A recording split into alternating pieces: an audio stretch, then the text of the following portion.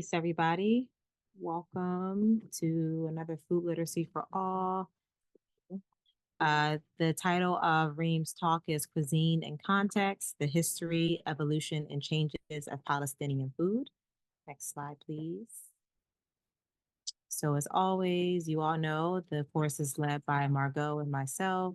Margot is a lecturer in Applied Liberal Arts, and I'm in the C's department. Next slide.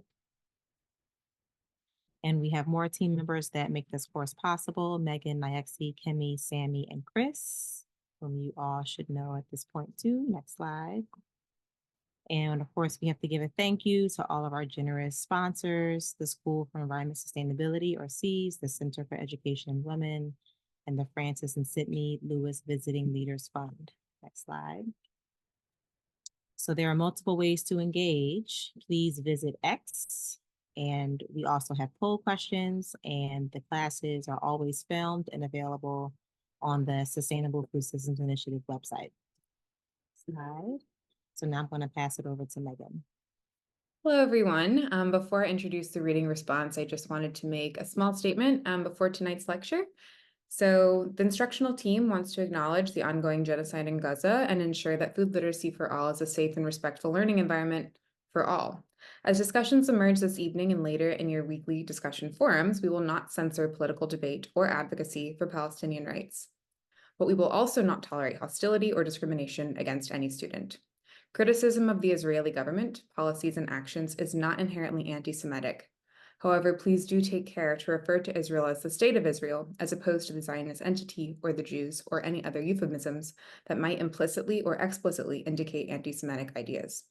We will hold space for the distinct experiences of pain and trauma that Palestinians, Jews, and oppressed people around the world carry. We also acknowledge that the war in Gaza is a war on food sovereignty. That is why we're so grateful to have Reem Kassis share about the culinary heritage of Palestine with us this evening. And so for an introduction, we'll share with you the reading response this week, which was composed by Amanda Z. Did you know that a single drop of olive oil can hold a world of history, culture, and controversy? Let's explore this together. In the heart of Ramah, a village surrounded by olive groves, lies what could be the world's best olive oil, as celebrated by the New York Times. This oil isn't just a culinary delight, it's a symbol of identity and pride. But what happens when the flavors of a nation are claimed by another? As the Washington Post critiqued, labeling Palestinian dishes as Israeli food erases a rich cultural history. The article, National Cuisine is a Useful Illusion, tells us that the idea of a pure national cuisine is a modern construct, influenced by trade, migration, and conquest. So, is it fair to claim ownership over a cuisine? Throughout this Food Literacy for All course, I've reflected and learned that every dish carries stories and a rich history, and it's our responsibility to honor those narratives and not overwrite them. So, what's your favorite meal? Where's it from? And what does it say about you? Sorry, folks, I'm struggling with the slides tonight. I'm here to introduce our speaker this evening. Reem Kassis is an award-winning author of 2 cookbooks, The Palestinian Table and The Arabesque Table, which you've now had the opportunity to read the introduction to, as well as a children's book. Her writing has been featured in the New York Times, The Atlantic, The Washington Post, The Los Angeles Times, The Philadelphia Inquirer, The Wall Street Journal, The Financial Times, Serious Eats, Food and Wine, and many more. She is known as an advocate for the cuisine and cultural heritage of Palestine and the Arab world. You may also have heard her voice on one of her many radio appearances for programs like NPR's Fresh Air, and we are so fortunate to be joined by her this evening. Thank you, Margot, and thank you all for having me here tonight. I don't know how many of you listening to the opening song recognized it, but it's a very famous song performed by the Lebanese oud player, Marcel Khalife. And the lyrics are actually by a renowned Palestinian poet, Mahmoud Darwish.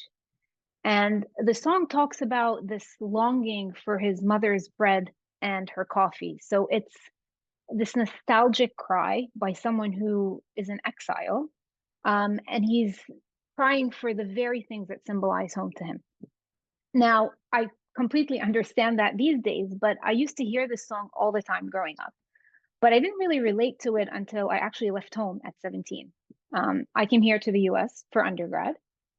And I imagine many of you have taken a similar journey, some from places maybe just as far. I mean, I grew up in Jerusalem, but others perhaps much closer.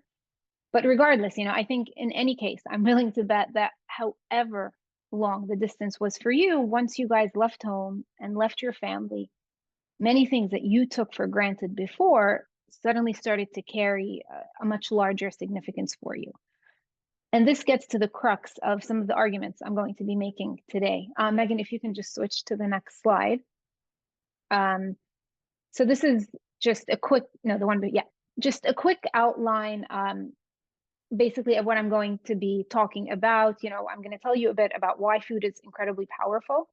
We'll discuss a bit about Palestinian cuisine, the history, the evolution, and then we'll get into really the crux of this talk, which is the political and social dimensions of it, from concepts like authenticity, nationalism, identity, and then, the biggest issue of culinary appropriation.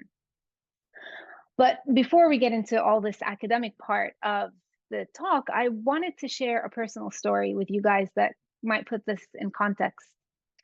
I told you that I left Jerusalem when I was 17. And right before I left, I was sitting in my room, packing my bags, when my mother walks in. And in her hand are these bags of food, small bags, but nonetheless, she has frike, she has mlochiyeh, she has za'atar. And I look at her a bit like, what are you doing? I mean, some part of it was disdain and part of it amusement. And this whole idea of, I'm going to the US, there's no shortage of food there. Like, I do not need to take this stuff with me. But she insisted that I take it. And she said, you'll find them one day when you're missing our food, just take them. So I did. And true to her word, within a few weeks, I started to feel homesick. And, I decided to go looking for that bag of za'atar that I wanted to snack on one evening. So I pull it out and I open the bag. And the first thing that hits me is the smell of za'atar, which really transports me to my mother's kitchen.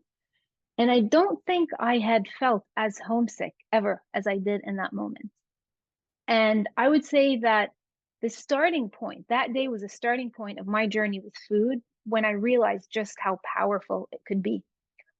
And I wanted to share with you an article that I'm writing for The Atlantic now, but it's still not out, so I couldn't. But I also talk in it about the first time that I cooked as a student at Penn. And I made ma'lube in the communal dorm kitchens, cockroach infested and all. And it was over that meal, it was spring break, a lot of us were left behind, and I made enough to feed everyone that was in my floor that day. And I realized, like, I was probably the first, and for many of them, the only Palestinian they had ever met in their lives. And over that meal, they asked questions, they wanted to learn more about my background, and the setting was intimate but not intimidating. And I realized, like, food really has the power to do these things. So since we started this talk with a song by Mahmoud Darwish, I also want to highlight another one of his quotes. Megan, if you can switch to the next slide. Yep. So Mahmoud Darwish was talking about identity here, and he goes, I am a product of all the civilizations that have passed through the country. He's talking about Palestine. Greek, Roman, Persian, Jewish, Ottoman. Each powerful civilization passed through and left something behind. I am the son of all these fathers, but belong to one mother. My mother is this land that absorbed them all and was both witness and victim. Now, in hindsight, it's easy to understand how something as simple as the smell of food can be so powerful.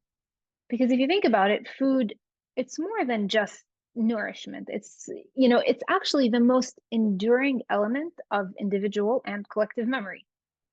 I mean, think about it. Like, when you're eating, it is probably the only thing in the world that you do which uses all 5 of your senses at the same time. So what that means first is you're in a heightened state of awareness when you are exposed to or enjoying it. So that means that not only are you going to be building a lot of memories, but you're also creating social bonds.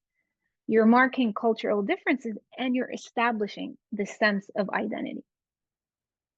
And at the end of the day, it's going to tell the story of a people over time. And Mahmoud Darwish's quote gets to that a little bit when he talks about how there's all these influences on his identity, and these influences seep into food as well, which we'll get to in a bit. But let me ask you the first question, which is probably an easy one. Can we switch to the next slide, Megan? Oops, you gave them the answer. So which of these statements about national cuisine is true? And I guess what I was hoping to do with this one was kind of trip you up a little bit. National cuisine is an artificial construct. National cuisine dates back to the late 18th and early 19th century. Cuisine is actually regional and ethnic, not national. National cuisine is a beautiful way to forge a unique collective identity, or all of the above, or none of the above. And actually the answer, as we saw in the next slide, is it's all of them. And I wrote about this in one of the pieces that I think you read for this course, which is, I think national cuisine is a useful illusion. And in it, I talk about the very idea of a nation state being something new that only came into being in the late 18th, early 19th century. So before that, we were defined by regions, by religions, languages, even tribes. So the nation in the present sense of the word, to which people felt allegiance or belonging, it didn't really exist in that form back then. So even like historically under Ottoman rule, Palestine was part of Bilad al-Sham, the Levant, Greater Syria, whatever you want to call it. But it represents present day Syria, Lebanon, Jordan, Palestine. Now, my great-grandmother was from Damascus, married to a Palestinian man from the Galilee. But she was never referred to as Syrian or him as Palestinian. She was simply Shamiyya, which means from Isham, from Damascus, and he was Jalili from the Galilee. So, the circles of identity or belonging were much smaller, if you will. But over time, as wars and economic changes gave rise to the defined nation states, food, maybe a little bit more slowly, but it also started to be defined along national lines. Now, if you're wondering, well, why does this happen? One reason is that food culture actually plays a very important role in the creation of a national identity, including the nation's collective memory, their desired political aspirations. All those things are inherently tied into food, and food actually is a proxy and a representation of those things. And this is part of the reason, actually, that Israel has held on so tightly to the idea of Israeli cuisine. But we'll get into that in more detail towards the end when we start to talk about culinary appropriation. What I want to talk about a bit now is how this food culture that we're referencing, the one that helps us build a sense of identity, whether around a nation or a region, it doesn't develop in a vacuum. It doesn't come out of nowhere without any influences exerted on it. In fact, throughout history, cultures have continually and consistently borrowed and learned from one another.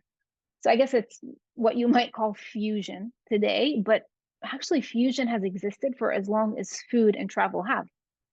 And this, let's call it evolution, actually. This evolution of food culture, it's a function of several things. You have the landscape in which a community lives, so what you have access to, the flora, the fauna, the livestock, all of it. But then also there's the changes that happen to that landscape over time, from climate change to trade to migration to wars, inquisitions, occupations. All of those things impact how a food culture develops. And I think nobody understood this quite as well as Mahmoud Darwish when he said in the quote above about being the son of all those past fathers. So his identity was in his reference, but food is also the same thing. So let's take falafel, for example, okay? It holds huge significance for a lot of cultures across the Arab world. But let's, if Megan, can we switch to the next slide? So I want to ask them about, yeah. So do you guys know when the first mention of falafel is thought to date back to? I'll give you a second just to look through the questions before I tell you. I don't know if you'll be surprised or not, but so the answer actually, and Megan, you can switch to the next one or not, it's fine. I'm going to tell them the answer. It's actually 4th century Coptic communities in Egypt. That's when the first reference to it in history is found. But obviously through trade, through migration, even conquest and inquest and whatnot, it's spread. And now it's actually seen as one of the national dishes or the primary street food across the Levant, in Syria, Lebanon, Jordan, etc. Now, it has changed also throughout that process, right? So in Egypt, it's called ta'miya. It's, slightly bigger. It's prepared largely with fava beans and herbs and spices. Whereas if you go to the Levant, it's chickpeas that play the dominant role. But I wanted to give you this example just to give you a little idea of how this diffusion of food works. And this gets us to the bigger point, which is that over the last few centuries, actually all cultures across the world, they have changed almost beyond recognition. And this has happened by a flood of global influences. And I'll show you, I'll show you in a bit exactly, how this happened. But the point is, when you start to refer to something, to a culture, to a cuisine as authentic, and if by that you mean that it developed independently in this vacuum, and it consists of these ancient local traditions that are free of external influences, then we're actually referring to something that doesn't even exist. And to hammer that point home, Megan, can we switch to the next question? The next, yeah. So which of these ingredients, which is now a vital part of Palestinian cuisine, is not actually native to Palestinian land, so not even native to our region? Is it rice? Is it tomatoes and cucumber? Is it eggplant? All of the above, or none of the above? Now, I'm guessing you guys aren't answering, so I'll move on quicker. But believe it or not a single one of these ingredients is native to our small corner of the world. So nothing. Rice, tomatoes, cucumbers, eggplant, none of them are native to Western Asia. Megan, if you can switch to the next slide, I won't get into the details of it, but if anybody wants it, you can look this up online. Actually, it marks or sources the origins of agricultural crops, and you can see like which crops originated in which areas and how they've made their way across the world over time. But the interesting thing is the reason I asked you that question before about which one of these ingredients is not native to Palestinian land is the most, if not the most recognized national dish in Palestine is ma'loubeh, which is rice made with eggplants and meat and chicken, and most often served with a farmer's salad of tomatoes and cucumber on the side. So you start to see this is something that is so important to my national identity. And yet, if we go back just a couple of centuries in time, this dish, this artifact that is so important, it didn't even exist in its current iteration in this place. But this is not unique to Palestinians, right? So, you see this actually across the world, and there's some fascinating examples. I'll give you just a few now, but like take Italian cuisine. Many of the first dishes that come to mind today when you think of Italian food are heavily tomato based. So like think lasagna, bolognese, pizza, panzanella, the list goes on. Tomatoes are a primary ingredient. Or go to a Thai restaurant or even Indian, and it's very hard to imagine eating any kind of curry that doesn't include chili peppers, right? Or another one is think of Belgian or Swiss, and the first thing that probably comes to your mind is, oh, Swiss chocolate, Belgian chocolate. And yet, the common thing with these three examples is that none of these foods are native to those nations. So tomatoes, chilies, and cacao are all native to Mexico and South America. And they only reached Europe and Asia after the Spanish colonization of the Americas. When I first learned about this stuff, I was fascinated. I was like, wow, this is so cool. I don't know if you guys find it as interesting as I do, but these small examples, this kind of cultural integration, it's visible in almost all modern day societies. And yet, in spite of understanding this fluidity of food culture, we continue to talk about authentic cuisines, to write books about them, to fight over them. And I mean, I wrote the Palestinian table, so who am I to talk, right? But let's take a step back first and ask, like, why is it that we hold on so tightly to this idea of an authentic cuisine, of a national cuisine? And I think a big part of this, and we touched on it earlier, is that food helps us to define ourselves in relation to others. And it helps us to build not only individual memories, but also collective memories as a whole, right? Because food is often shared, it's consumed together, it's prepared together, it's part of a bigger social structure. And so by being able to build those individual and collective memories, we are, by extension, building our national identity. And this here will get us a little bit into the issue of culinary appropriation. And in today's talk, we're going to focus it on Israel and Palestine. But I do want to share with you another personal story, because this will kind of give you an idea of why I ended up where I am talking about these things. Now, I don't know how many of you know this, but my background actually is neither in food nor in writing. My background is actually in business and psychology. So, I did my undergrad at Penn, my MBA there as well. I worked in consulting. I, went back for a psychology degree, so on and so forth. But I wanted to stay as far away from the kitchen as possible. And I actually managed to do that until my first daughter was born. And that's when I went on maternity leave while I was living in London. And I decided to write a cookbook. Now, it sounds bizarre, like, why are you in this one world? You go on maternity leave and suddenly you want to write a cookbook. But what ended up happening is, I have this child that I'm raising away from my homeland, away from the very things that gave me a sense of identity, a sense of connection and rootedness. And I wanted her to have like this little piece of home wherever she was in the world. But also, I mean, bear in mind, we're talking 2014. Yeah, this is 2014. But so this was at a time where you see this rise in Israeli restaurants all across London and the US. And, these places, they're calling themselves Israeli. And then I go in and I'm like, wait, they're serving this food that we've been eating in my family since before Israel was even a state. But why are they called Israeli? Or fine to call them Israeli, but why is there no mention of their origins? And I kind of wanted to set the record straight. And that's where, I guess, the two-pronged reasoning behind why I started working on my cookbook.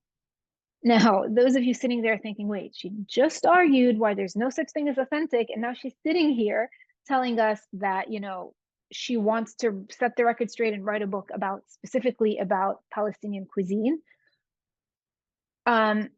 So this case is actually different. I'll explain to you how, right? I argued that food has been evolving since the start of civilization, and national cuisine is an artificial construct, and, it's all evolution and diffusion. But with Israel, it is not.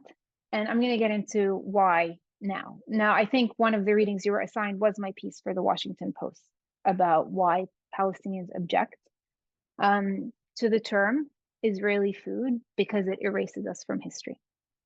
Now, the article obviously goes in depth to explain the different cases, to debunk some of the points used to counter the accusations of culinary appropriation.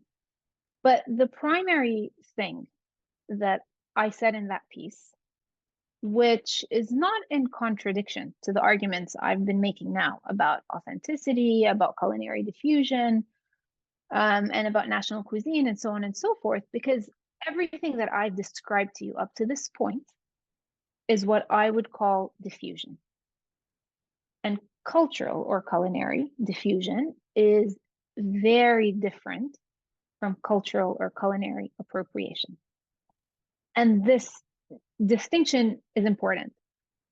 So diffusion, it is the result of people from different cultures living in close quarters or proximity to each other, interacting with, learning from, or each other, or having that happen organically through trade, through migration, through travel, etc. So that's diffusion. Then you have appropriation. And the difference between that and diffusion is that appropriation relies on the exploitation and the consequent erasure of someone's culture. But what's worse, also by the willful denying of those actions.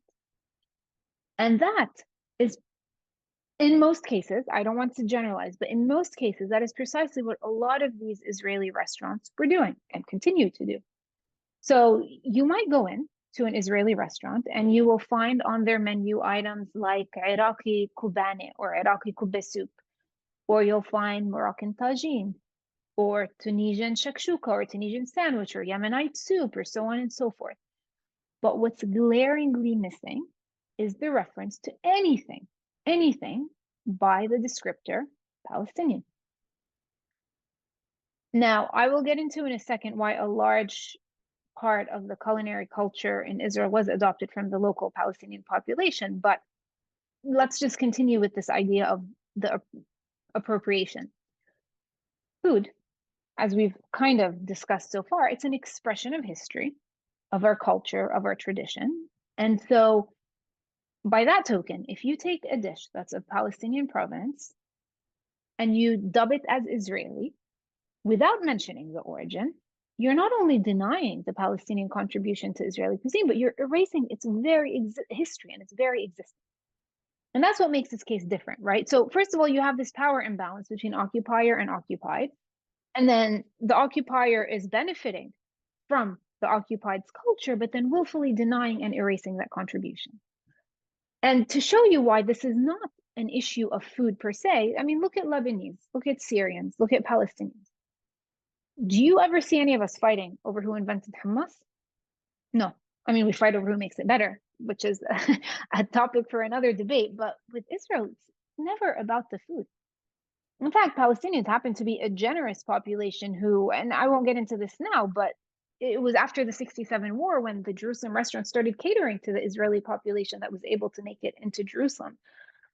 So it's not about the food and having people partake in it or enjoy it or adopt it. It's about erasing a narrative that and a history and a culture because it doesn't fit well into the story that Israel wants to tell about a land without a people for a people without a land, right? Because if you acknowledge that Palestinian contribution to Israeli cuisine, then you're acknowledging that Palestinians inhabited the land before Israel was a state, and that doesn't fit very neatly into a lot of the other ideas that are often put forth.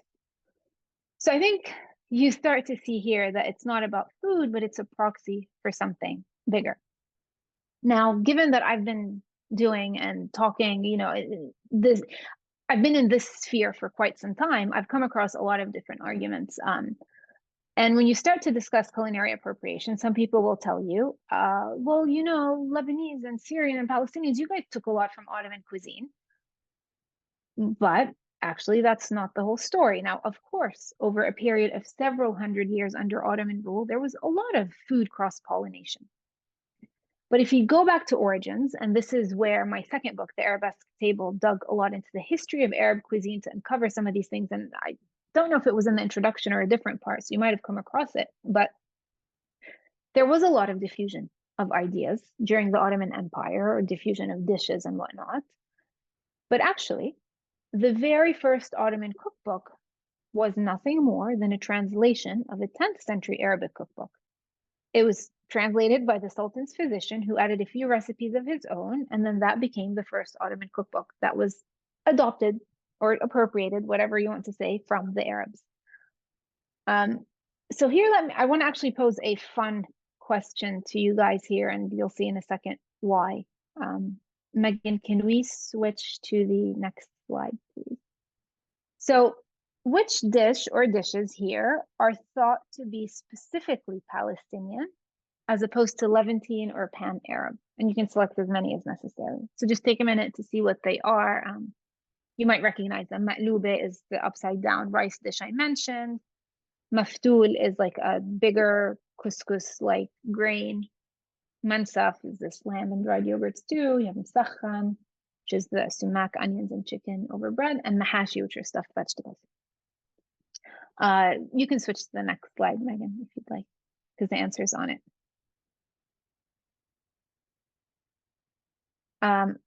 Okay, so, right, A, B, and D. So these are actually examples of dishes that are uniquely Palestinian, not necessarily shared across the Levant, although today with, YouTube and social media, diffusion is happening at a much faster rate.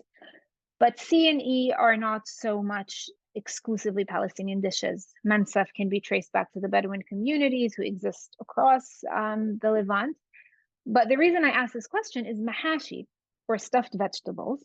Now, the earliest reference to stuffing things in general can be found in, I think, the first Roman cookbook and then medieval cookbook, Arab cookbooks. But those were like you were stuffing animals inside animals, or you were stuffing animals with breads and rice and other things. But stuffing vegetables actually became popularized across the Arab world as a casual day-to-day meal under Ottoman rule. And so I make this point just to tell you that if you're having an argument where someone says, well, Israel approached from Palestinians, but you've taken from the Ottomans, what's the statute of limitations, blah, blah, blah. A, it's not true, but B, it's not the right question. I mean, it's very different to have a diffusion of cultures over time without trying to willfully deny that it's happening versus the alternative that we see here. Now, if you really want to get into the nitty-gritty of Arab cuisine, I won't get too much into it. You can read my second cookbook if you like that stuff. But a lot of what we actually eat in the Western world today was inspired by Arab cooking. Even something like panna cotta, which is a traditional Italian dessert. The very idea of thickening milk with stabilizers was brought to Europe by Arab traders in the Middle Ages. But that trivia point aside, to show like just how pervasive Arab cuisine has been and influential on our food today, let's go step back to the issue of culinary appropriation, because that's one of our big points today. Now, what Israel is doing with regards to food is not new or novel. And taking dishes from a people that you occupy and adopting them, this is something that has been documented throughout history. But what is striking here is, like I said before, it's like this willful and blatant disregard to the Palestinian contribution and the rewriting of this narrative to suit that story of, you know, a land without a people for a people without a land. Now, I want to help you understand a little bit better the origins of this issue. Like, why did it come about? What happened? To do that, I'm going to talk a bit about some research by actually two Israeli academics, Ronald Ranta and Yonatan Mendel. So what I'm about to tell you now is not me, you know, speaking of my own research. It's what these two Israeli academics, one at UCL in London and one at the Hebrew University, have come across in their own work. So basically, I mean, if you read their books and their articles, the way they explain it is, if you go back in history to when the first wave of Jewish immigrants started to arrive in Palestine, you see a lot of Eastern Europeans who are coming who want to adopt the local customs because they saw the indigenous population there on the ground as the safekeepers of this land that they were biblically promised, a people from whom they wanted to learn everything. And in a way, you know, you want to shed this Eastern European customs, this place that was, you know, very bad for us or to us, and we want to adopt these local customs that represent the land and the past. So the way they describe it in their research is they romanticize the Palestinian Arab. Now, through that, you start to see what is considered diffusion of cuisine. So you have Jews and Arabs who were working together side by side in the land, in the fields. And actually, you know, if there were Jews and Arabs who were alive today, that were still alive today, who were there at that time, they will tell you, you know, I remember listening on the radio once with an Israeli guy saying, you know, the best salad I ever had was at my Palestinian neighbor's house. And this was, you know, a decade or so ago.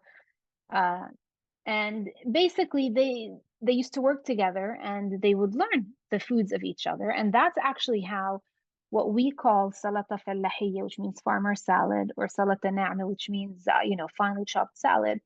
That's how it made its way into the Israeli kitchen, right? So what happened is these farmers, the Jewish ones, were taking it into the kibbutz mess halls. From there, it became their chopped salad. And then more recently now abroad, it's become referenced as Israeli salad, which actually the name itself is quite ridiculous, because if you think about it, the salad exists in countless countries, right? So in Iran, you have the same salad, it's called Shirazi. In India, it's called kachambad. In East Africa, it's called kachambari. The Turks call it choban salatsi. Central Europeans call it chopska salad. And actually, in Israel, you know what they call this salad? They call it Arab salad. And I forgot to touch on this point a bit earlier, but a lot of these appropriation debates that I'm talking about, they happen abroad, outside the country. Because locally, people know where things come from, where things were learned. But abroad, it's part of a larger concerted marketing effort. And Israel does not deny this. You know, you can find this all over their Ministry of Tourism documents and programs and whatnot, is to focus on the positive side of the state of Israel and to call the food Israeli, because this also helps to erase any connection to a Palestinian state in the history. And again, I'm still, referencing this research that I was talking about.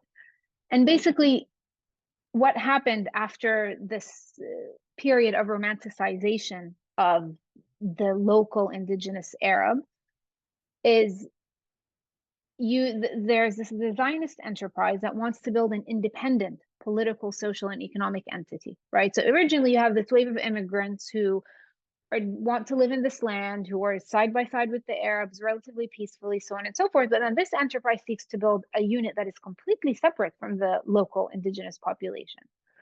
And so it becomes necessary to shed this connection to the other Palestinian Arab and build this very separate Israeli Jewish identity. And here you get this dissonance between the two things, right? On the one hand, you love the Palestinian Arab. On the other hand, you need to be separate from them. And this dissonance ends up leading to you're moving from this awe and romanticization. Well, how do I resolve this dissonance? Well, I can just replace or appropriate or, deliberately forget and rewrite the past, which is what we see happening today. And I guess therein lies the crux of our issue of appropriation. Because like we said, cuisine, a relatively recent construct, it's more regional than national. You see it even across Palestinian cuisine, actually, where the cuisine of Gaza is very different from the cuisine of Hebron and from the north. But countries, since the rise of the nation state, have used cuisine as a way to galvanize nationalism. And if there's time in Q&A, please ask me about it, because there's a lot of interesting examples. Thailand is a very interesting one. But what Israel's trying to do is different in that it's using this cuisine as a way to erase part of the past and to tell a story that is removed from the reality on the ground. And a lot of this, like I said, is done abroad. Right back home, the salad is called Arab salad. And this is why the case of culinary appropriation, when it comes to Israeli appropriation of Palestinian food, is very different from diffusion. Because when you take something and you willfully deny where it's come from, you're not, adopting, you're not evolving, you're not fusing, you are appropriating and willfully denying. So I want to, Megan, if you can switch to the next slide, I'd like to ask the next question. Okay, so which of these dishes or ingredients, often touted as typically Israeli, particularly abroad, are the only ones not appropriated or taken from another culture? So is it hummus, sorry, typo, or falafel? Is it shakshuka and jahnoon? Jahnoon is a kind of bread that's rolled and cooked overnight. There's schnitzel and sabih. Sabih is an eggplant egg sandwich. There's bureka, samba, shug, or none of the above. So the interesting thing is that none of these are actually Israeli, meaning that they, developed in Israel. Every single one of those dishes comes from a different culture or a different country. So, schnitzel from Eastern Europe or Germany or Austria, wherever you will. Sabih from Iraq, burekas from the Balkans, jahnoon from Yemen, amba from Iraqi Indians, shug, again, Yemen.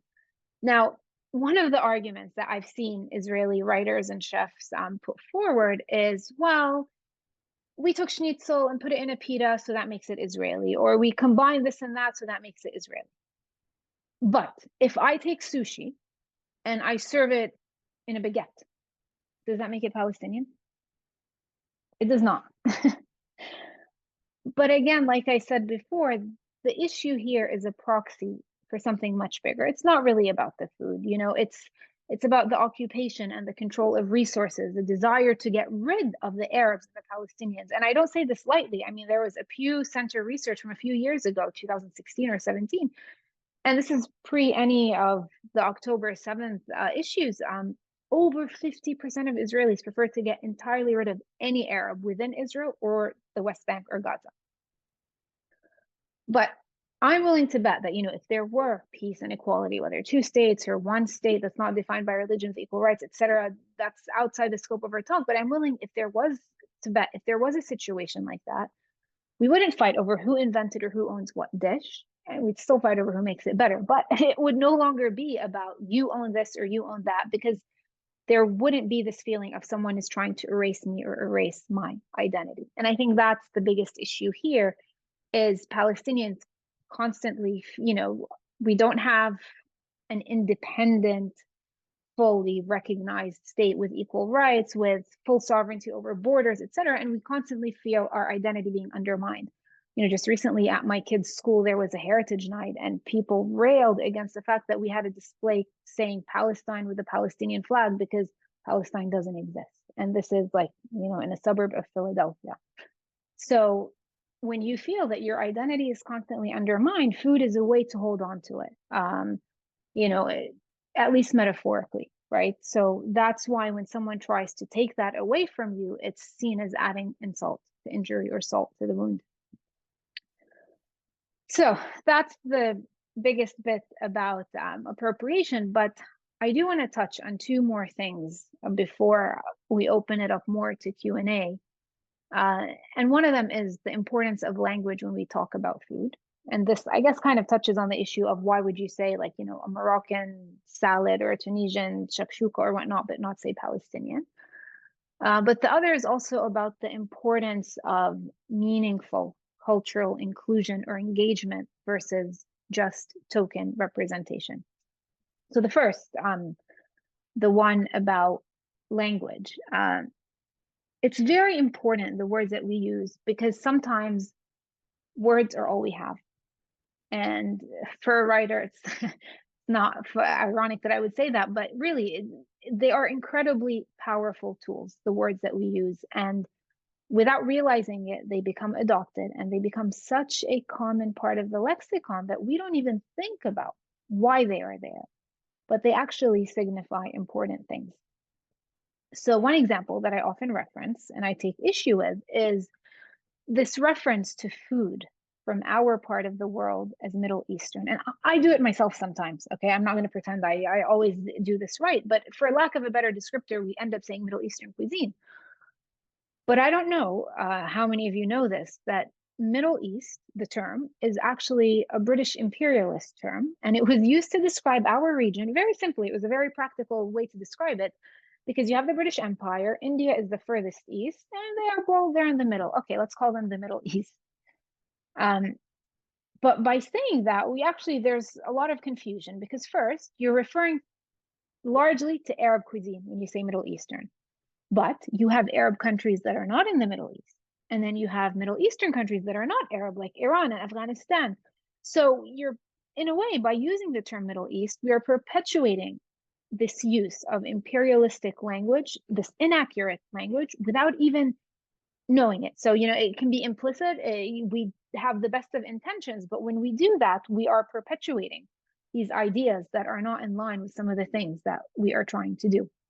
Especially, most of you here tonight, I think, are students, and I'm sure you write a lot. I'm sure you read a lot. So it's important to always be conscious of the terminology that you use, but also to dig deeper behind the terminology you come into contact with.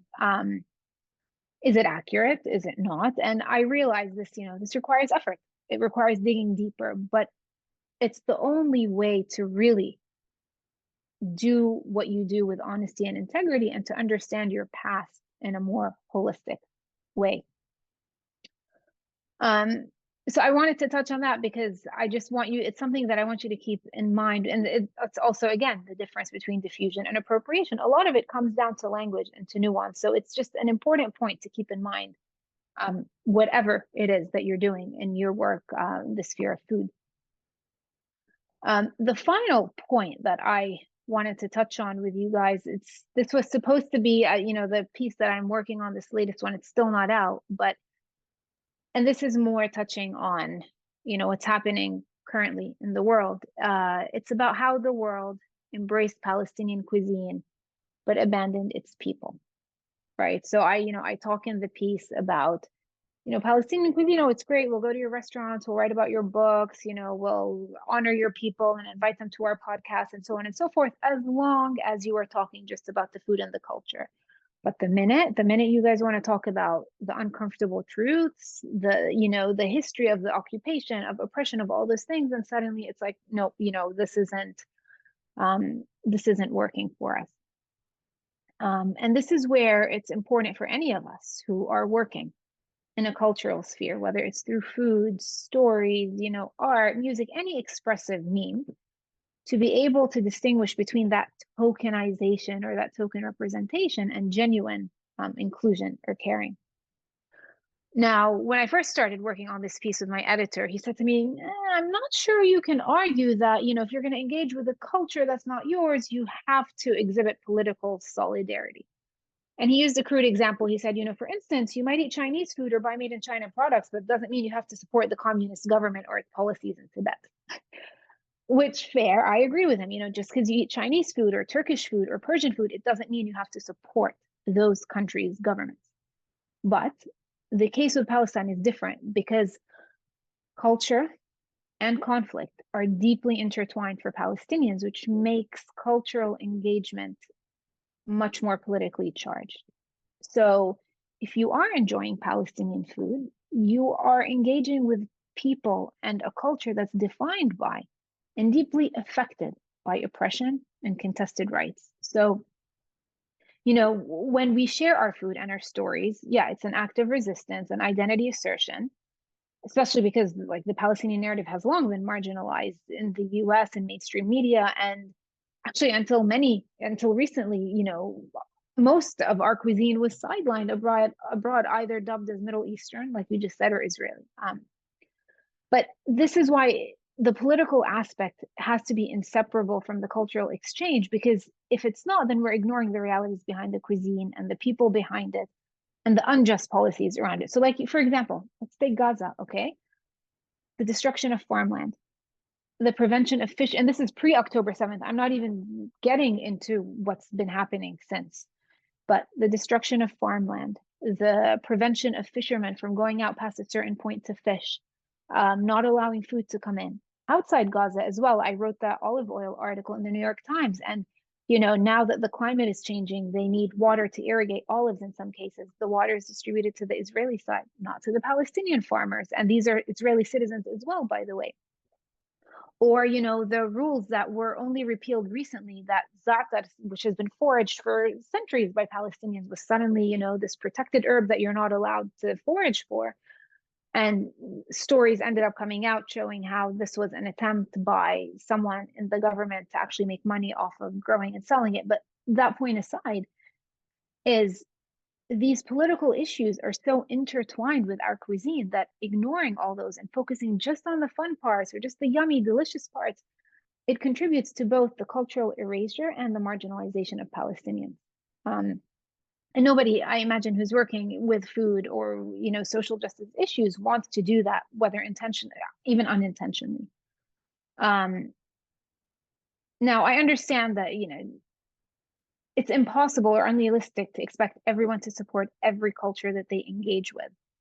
But to add to what I just said right now, our culture is linked to massive war crimes, to what the ICJ has dubbed a possible genocide.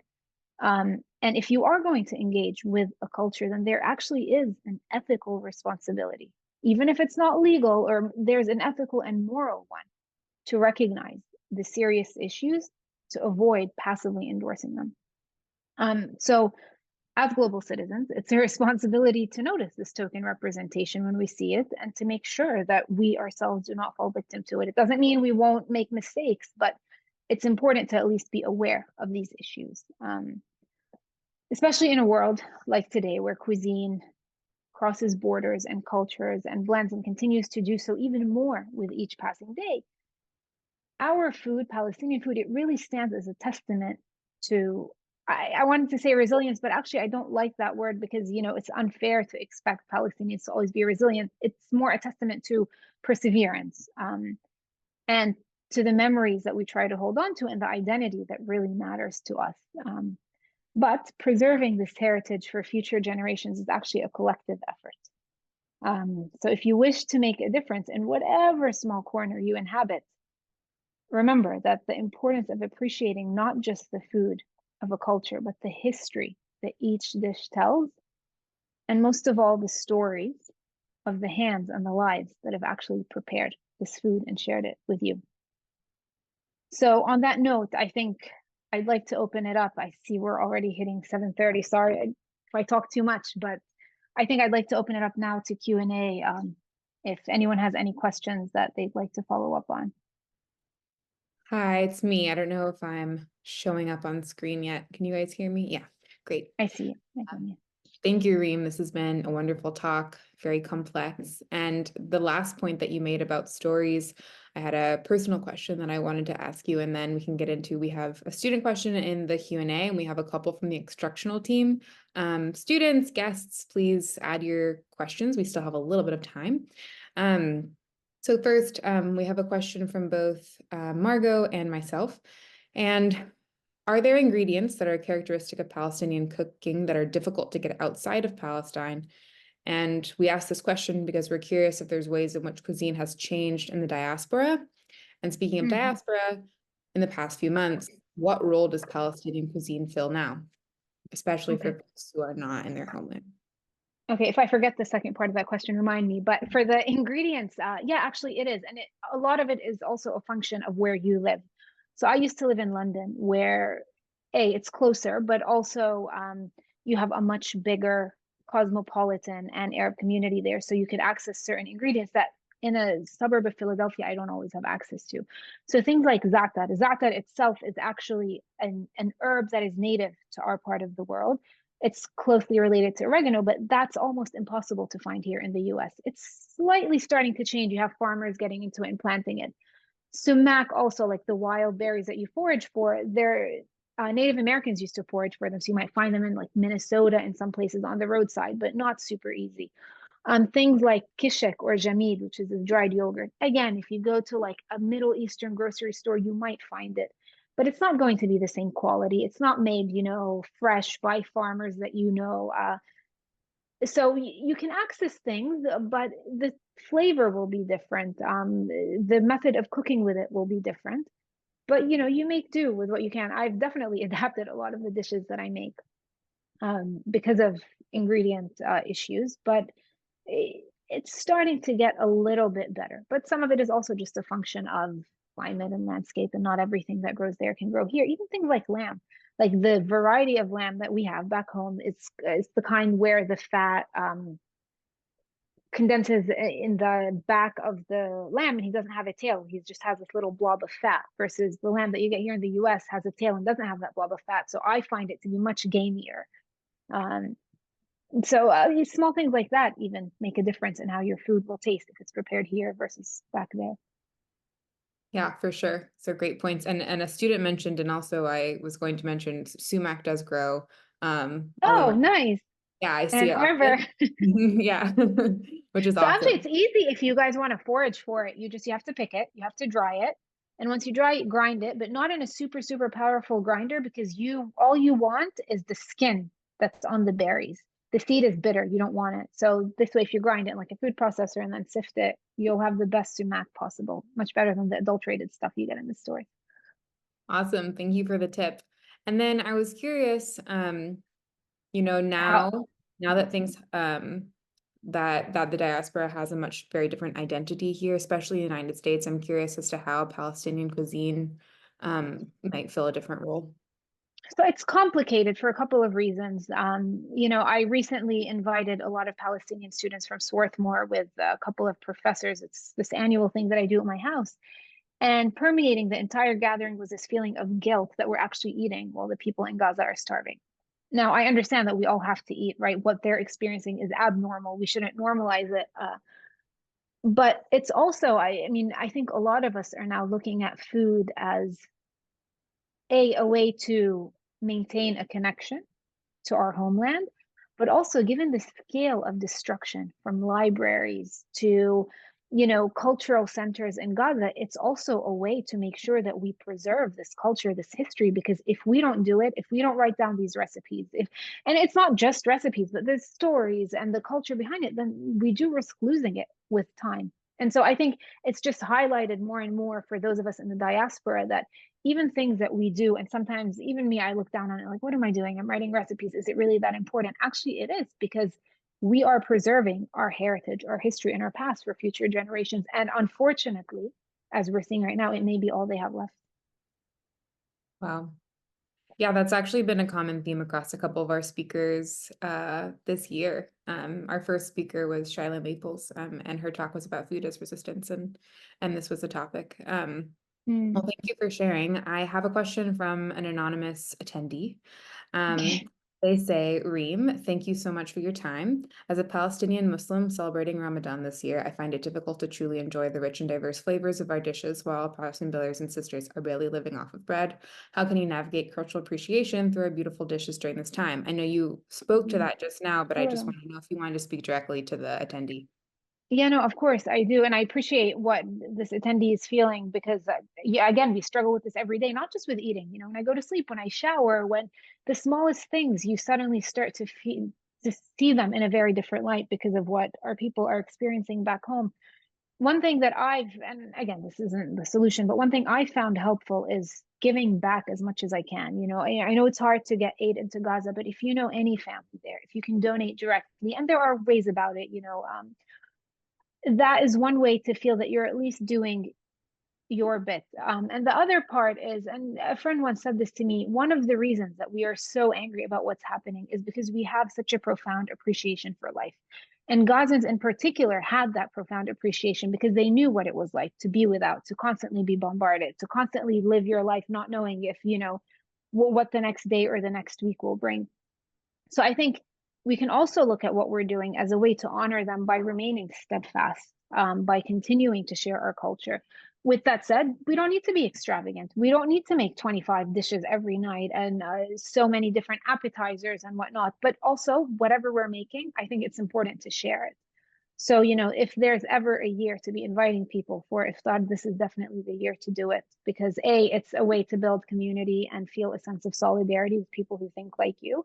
And I've always found, there's a saying, what is it? The hand that gives a rose, like some scent is left on it. And it's true. The more you give, the more you can live more at ease with the privilege that you've had. And the one final thing is, with privilege comes responsibility, right? So for this attendee who's asking, how can I deal with this, is just also know that because you're privileged, that you can eat, that you can have access to these things, you also have a responsibility to speak up for those who do not.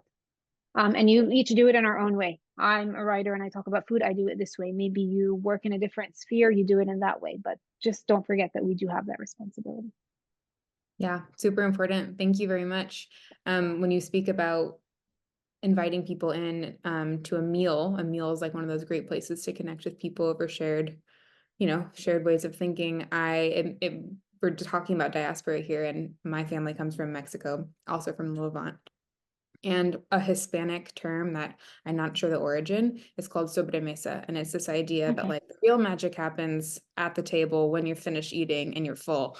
And so I like to think that that's the time when that's when the revolution is themed. And so I appreciate that. We have quite a few questions about cultural appropriation. So I'm gonna try and come up with a question that condenses all of them. One of the questions is just like, how might we be better in our day-to-day using language around appropriated food? We have a couple examples in the chat talking about different restaurants that appropriate certain cultures because they're trying to, make a business. And so how do we navigate being consumers, but also people who are just talking with other people and sharing information about food? So I think I see the questions that you're talking about. So one of them is about boycotting restaurants and foods as an export, right? That one. So yes. So look, yeah. So here's the thing. I mean, I think we each need to do the things that we feel are most important and most impactful. I would obviously, an Israeli restaurant that does not recognize Palestinian contribution to its food, definitely not a place you would want to go to, right? But if you actually read the BDS documents, what they say is before you start boycotting left and right and doing all this stuff is, what can you spend your time doing something beneficial for Palestinians? If you can't, spend your time doing that. If not, then you can try to focus on boycotting the things that will make a difference. So things that are easy to boycott in your day to day, whatever that is, big places that donate aid to the Israeli military, to whatnot, go ahead, do it. But if you're going to spend 2 hours researching if some company has some employee who at some point 10 years ago donated some, I also see a lot of misinformation that's being spread on social media. Oh, this company was recently sold to someone and he's Jewish. It's like, we don't have a problem with Jewish people. We have a problem with people that support the occupation. So I think people sometimes get bogged down in the details of boycotting to the detriment of doing work that could actually benefit Palestinians. So I would just say, when it comes to boycotting, be very cognizant of the effort you're expending versus the benefit that it's yielding for your Palestinian people. And also be cognizant of a lot of misinformation that is spread online. Someone recently sent me a message like, is this true? Someone posted that they purchased my book and someone says, oh, it was bought by a Jewish company. You can't buy books by a Jewish company. Like, my publisher is an American company that retains world rights, right? And it's like, it turned out they were talking about a different book, but it had a similar color or so. I don't know, but we all end up falling victim to a lot of false information. So just always be aware, and like I said in my talk, the responsibility is on us to do the research. Yeah, and more about the day-to-day and how we're participating. Just curious, how might we better our own use of language around appropriated food? Not just in like the actions that we're taking, but you mentioned about language and how critical and important that is. How might we better when they use of language? So, I mean, when we refer to food, I think this issue is more like, don't call, if you're not talking about Arab, like let's say someone who's used to calling the salad Israeli salad. I mean, don't call it that because it's not really Israeli salad. So also understand, what it is that you're eating, and the terms that you're using. I saw in the chat someone saying, what about words like yalla? Is that similar to food appropriation or whatnot? I think, there is a trend, and this was part of the research that those two academics I mentioned were looking into, this idea of romanticizing Arab culture in general and language, right? So of course you're going to find our music, our words, even our curse words, all of that stuff infiltrating there. So the responsibility on people who maybe are not super familiar with that is just don't take things at face value, especially with language, right? If you see any dish referenced by a national descriptor, make sure that you understand the origins first. And I know it's hard, but hey, if you're willing to go out of your way to engage with a certain culture and buy their food, spend the extra effort just trying a little bit to figure out, because there is a lot that goes into these dishes and they do carry meaning for a lot of people. So, to call a salad Israeli salad, you might not be doing it intentionally or explicitly, but implicitly you are denying years and years and years of history, of culture, of of culinary tradition to a people that are already denied so much. So I think I guess my answer to everything is always like, do your homework, do your research, just look it up a bit more. And with access to, your phone and AI now, it's very easy to look information up. Yeah, great point. We have so much access to too much information, I'd say sometimes because of the misinformation. You talked about respecting origins. So I wanted to ask, and I think this question came from Nayexi, our other GSI. I understand that many food and harvest practices are place-based and place-specific. What are your favorite place-based food preparation processes? There's so many of them, but like, when she means processes, I'm guessing like just preparing things like rolling grape leaves, for example, right? Is that what she means by processes? Okay. So, I mean, that is one thing that I like, but I also noticed that place also implies the people that are connected to that place, right? So I talk about this in my first book.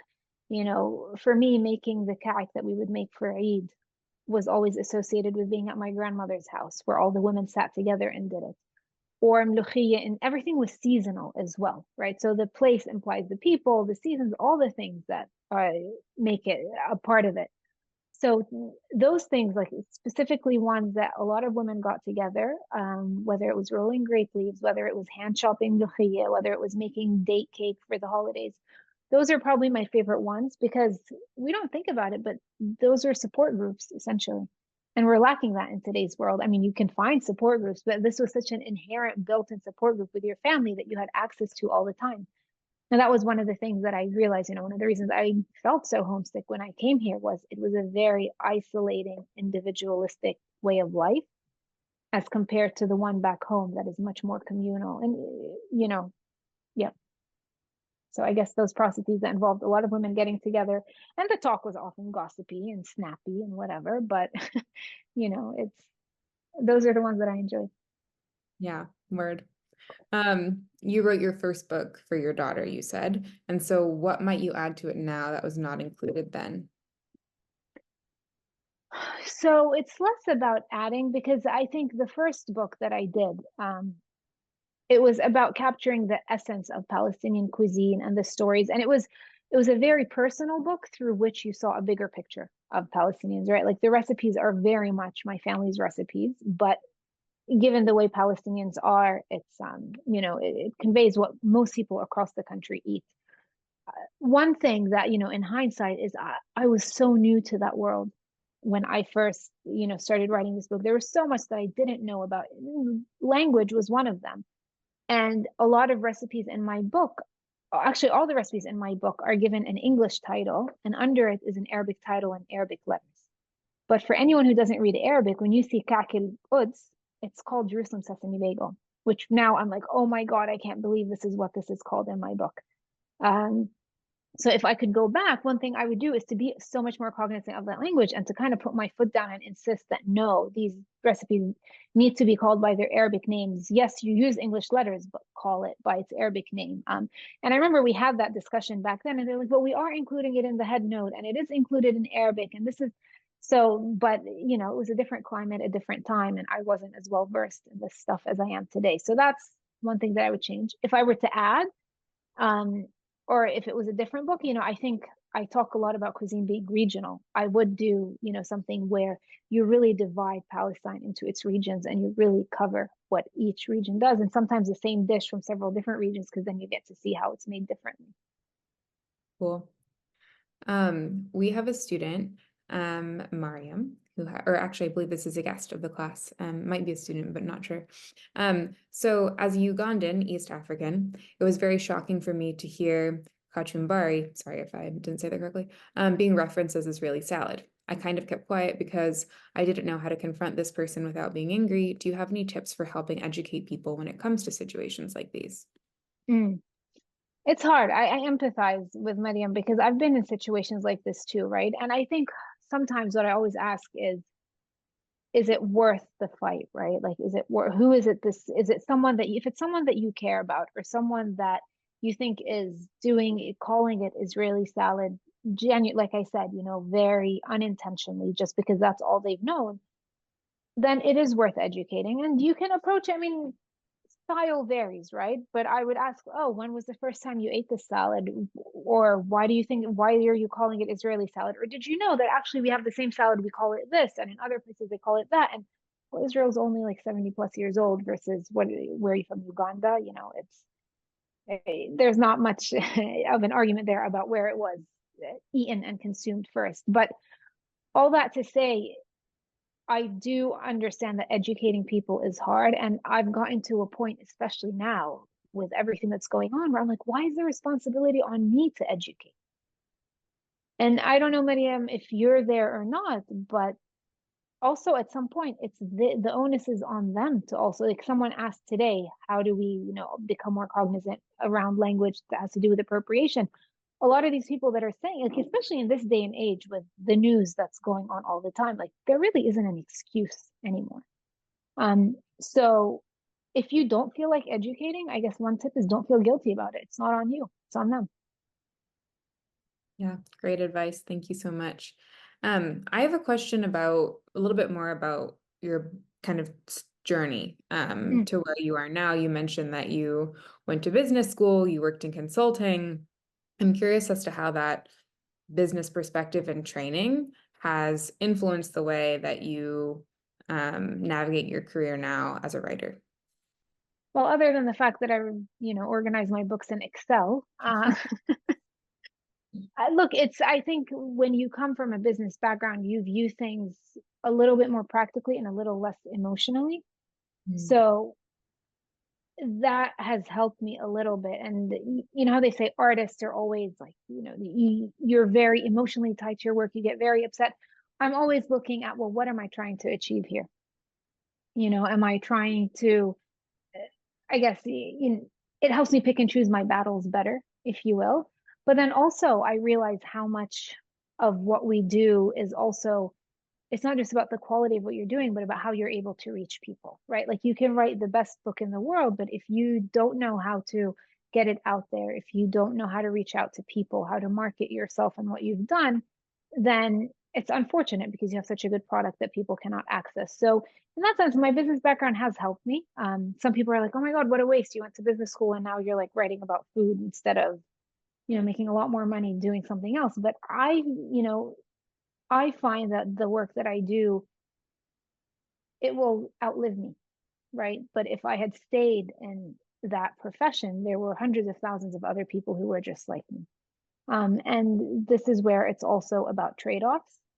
And I don't know if business school taught me that or not, but life certainly has that, you know, you trade certain things off for other things, but you don't, you know, you have to think those things through before you do them. And I guess one final thing that business school taught me, which they hammer in, is how important money is. And yeah, it is important to live, but it's not the be all end all. Like I was miserable when I was working in business and I'm not anymore. So that says something, I guess. Yeah, I also went to Penn. I also was Oh, you miserable. did? What? Yeah. Okay. What Yeah. year were you? 2016. Oh, well, you're much younger than me. Yes. And I started as a linguistics major because I'm also obsessed with words, but then got scared and studied communications because I was nervous about money. And here I am now. Money's Happier, I not my hope. goal. But I'm much happier and realizing that food is the answer. Yeah. So I wanted to talk to you a little bit more about that. You brought up something that comes up a lot, especially in the different schools that sponsor this course, which is the word resilience, which is a problematic word because people shouldn't have to be resilient, and it takes the responsibility off of whatever oppression is requiring someone to be resilient. Right. And you talked about perseverance. So I was curious if you wanted to share a little bit more about what perseverance can mean for like the idea of like what are the things that are going to require perseverance as we move forward through conflict, especially thinking about collective memory and how to protect that and build that.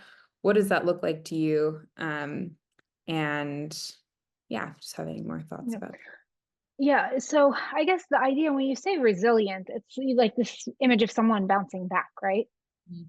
And you know, when we think of like Gaza right now, you know, the idea of resilient is like, okay, we're going to bomb you, and then we're going to bounce back and be okay. But it's not fair to expect people to bounce back after they've been pummeled and, you know, destroyed completely. Especially by something that is man-made. You know, it's one thing, you know, it's like there's a natural disaster. Oh, they're so resilient, they rebuilt their houses. The reason I prefer to use the word perseverance is there's this word in Arabic, it's called sumud, which I guess if you literally translate it, I don't know if there's an exact equivalent, but something along the lines of being steadfast and persevering. And what you're implying here is that you are going through something that you should not even be going through. It is absolutely atrocious, but you are bearing it with dignity because that's the kind of, you know, person you are or culture you come from. But it doesn't mean it's easy. It doesn't mean you're bouncing back. It doesn't mean you're going to be okay. It just means that you're going to push through. So when we think about conflict and persevering, I think sharing our recipes, sharing our stories, our music, our culture, those are forms of resistance and perseverance. Because as long as you continue to exist, that is resistance, right? And perseverance just implies that you are continuing to exist no matter how difficult the situation gets. Resilience, on the other hand, implies you're going to be fine. And I don't think anyone who lives in Gaza right now is going to be fine, even after this war ends. I don't think any of us here who are watching the videos that are coming out of Gaza is going to be fine or ever see things the way we did before. But persevering is, you know, getting up every day, putting one foot in front of the next and going on knowing that I'm going to try to do my bit so that maybe our next generation won't have to live through what we've lived through. Before we head out, are there any other storytellers from Palestine that you want to highlight other than yourself? Oh my God, I mean, I'm there sure are people so are many. very hungry for stories. Sorry. I'm sure our audience is going to be very hungry for more stories. Look, there are so many Palestinians right now. Right now, I focus so much on those coming out of Gaza just because those are the stories that you really, really need to hear. Many of you probably already follow them on Instagram. There's, Bisan, Wizard Bisan, and there's Martaz who managed to leave. And these are all journalists, so they are storytellers. And there's so many more of them. If you go to my Instagram, I mean, I share a lot of stuff in the stories. I actually don't share anything on my Instagram itself because I am legitimately scared of not being allowed to go back and visit my parents. My stories disappear. So, uh, and I've had people reach out to me from back home saying, well, you're lucky you at least get to share stories. You have a voice. We're even afraid to share stories. And anyway, that's a conversation for another time. But those are storytellers definitely that are worth following. And if you follow one of them, you'll get suggestions for many more to follow. If you're asking more in terms of people that, can come and speak to you, there's right now one of the Palestinian food writers who's writing a lot is Layla Al-Haddad. I don't know if she's on your roster of people or if she's already come to speak, but she is from Gaza and she's had entire branches of her family killed since October 7th. So she also talks a lot about in her articles about, steadfastness and continuing to resist and persevere and how food can help us do that, can help us immemorialize those that we've lost in our culture. But if you want a list like with exact names, let me know. I'd be happy to send you one. But please do follow the people in Gaza because one of the few things that we can do right now is bear witness. Another one actually before I forget is she writes a lot. She's the Hala Alayan. She's also a Palestinian novelist and psychologist. She's written a couple or several novels and books of poetry. Another one is Zaina Azam. She's a poet. She's not as common of she's not a household name, but she's the poet laureate of Alexandria, Virginia, and her poems are they're heartbreaking. They're short, but there's one I think called I don't want to butcher the name, but it's a boy telling his mother to write his name on his limbs in case, he doesn't survive. So the family, if he's found, they know which family he belongs to. And it's just really concise, but really powerful storytelling. Wow. Well, thank you I don't so want much. to end on that grim note, sorry, but Thank you for sharing them. And I just want to say thank you so much for this beautiful conversation. It's been complex and yeah, we just really appreciate you being with us. I think Margot's it's gonna my pleasure. Thank you. last announcements. Thanks. And next week here on Tuesday, we're going to hear from Jahi Chappelle, who's over at MSU, on Beginning to End Hunger, Lessons from Belo Horizonte, Brazil. He's going to discuss the decades-long struggle and key high points and successes in beginning to end hunger in Brazil, with focused on innovations in its sixth largest city, Belo Horizonte. And there's, I believe, a video and a reading for next week on Canvas for you guys as well. And I think that's everything from me. Thanks to Reem and thanks to everybody for being here. And I'll see you next week.